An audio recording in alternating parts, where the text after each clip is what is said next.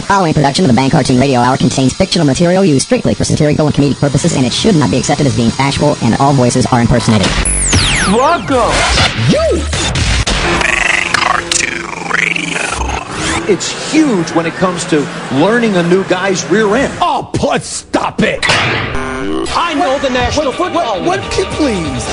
Sometimes they run and they smell like sex. That's how we do it. Bang Cartoon Radio. Look here, things need to be done around here. A lot of people have picked us to put in the NFC, and rightfully so. Welcome to the Bang Cartoon Radio Hour. I did my job. I showed up. I know. And now, here's John and Tom.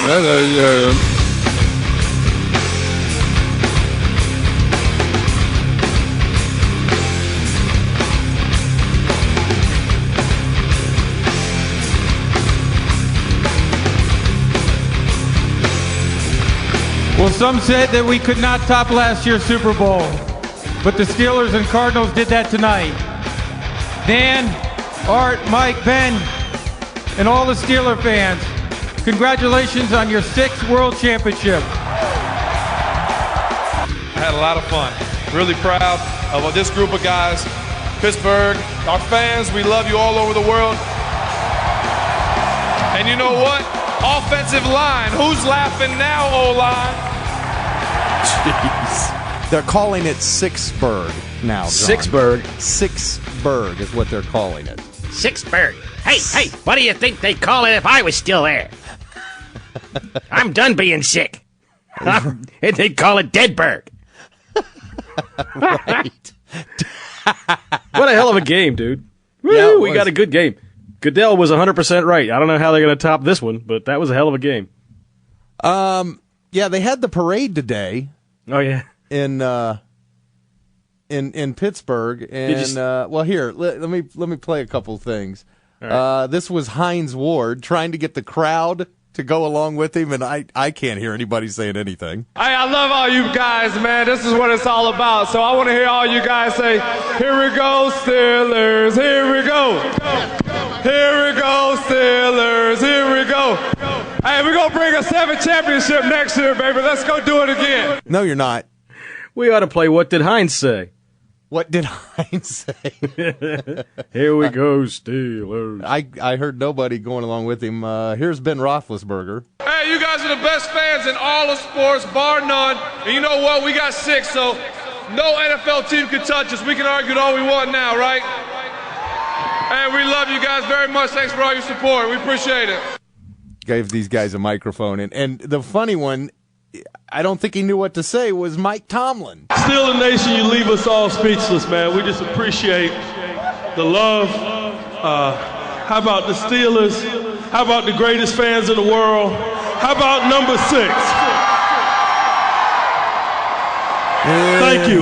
Love you guys. Yeah, number 6. Who the hell's number 6? What, was he the kicker or something? No, he's number 4, right? 6th no? Super Bowl. That's what he's talking about. Ring. Yeah, I thought, jeez. I thought number 10 was the hero. Number 7 and number 10. Wait a minute. Let's go back to after the game and hear what Dan Rooney had to say. This group of young players were just marvelous. I can't say enough about them. We had the toughest schedule in the league. They kept going under Mike Tomlin's direction, and it was great. I would just like to thank President Obama and all the Steeler Nation for supporting us down through the year. A completely godless postgame and a godless parade, but they thank Obama. No God this year, Tom. Yeah, Willie Parker thanked him. Well, really? Yeah. They probably hushed him right up and threw him off the stage. You know, it's a liberal country now, Tom. And Hines said it was a blessing. Oh. He didn't actually say God, but he said this was a blessing. He's a half Korean, though, so he said it was a blessing. Did you hear what Cher said? Oh. I didn't realize that she was there. Yeah, she plays safety. Oh, that's right. Yeah, she did play safety. She was looking awful fat and slow when Fitzgerald blew right by her on that big play. Do you believe in life after love? Troy Polamalu. Man, I'll tell you what. I don't think anybody was catching Fitzgerald. There's not a guy in the NFL catching Fitzgerald on that play. That guy's amazing. He is. He's awesome. I mean, dude, did you see what he did to the TV? Yeah, everybody's talking about that. Yeah. Yeah. Hey, I'll tell you what. You know what nobody's talking about? Yeah, this is your franchise player, New England. This is who everybody's going to want to trade for. This is what happened to Matt Castle at the big Super Bowl bash ESPN's party on Friday night. Have you heard about this? No. Dude went to go take a leak, right? And some drunken guy cut in front of him at the urinal. So Castle pushed him out of the way and told him to wait his turn and went to stand up to take a piss. Well, the drunk came busting back in the bathroom and pissed all over Matt Castle's leg before the security got him.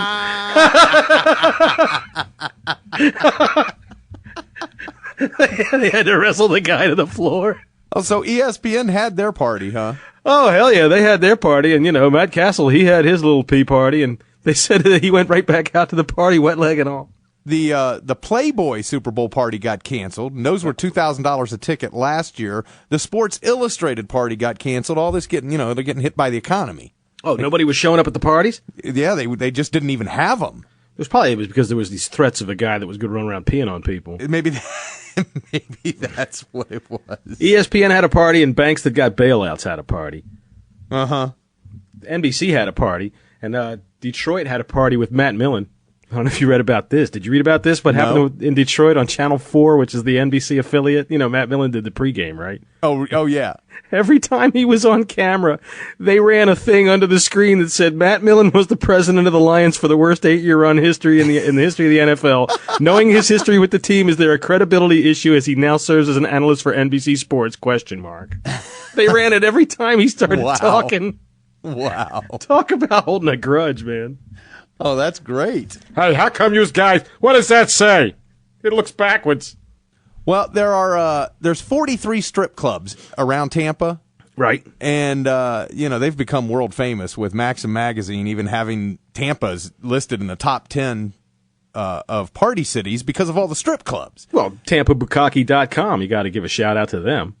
Right. Where would you be without that? Well, some of the skankiest girls on the internet there. This general manager of one of them, which is called 2001 Odyssey, which is this strip club that's known for a spaceship-shaped VIP room that comes out of the top of the building. This guy, Nick Polfrone, said, he said, based on what we did at the last Super Bowl in 2001, the numbers will quadruple during the weekend. Really? And one stripper named, and I don't get this, her name is Claudia. I don't know I've never heard of a stripper named Claudia. She's 65 years old, Tom. Hey, come here, watch me do the bump and grind. Well, she normally works in Las Vegas, but she left and went to Tampa to work for the Super Bowl, and she said she expected to make $2,000 a day. Well, minus tips, of course.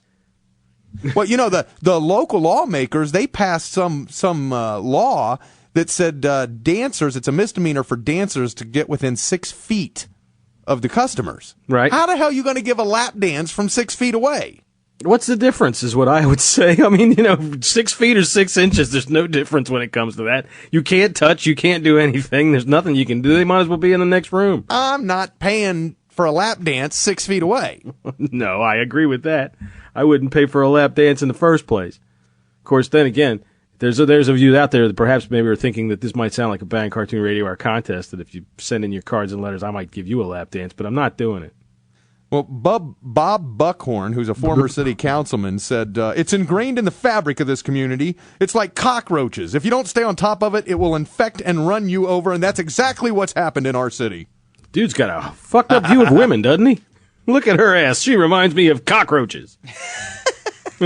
Somebody get some pesticide. Right. I guess he goes home at night and to get his wife turned on, he sprays her butt with Raid. He likes that smell.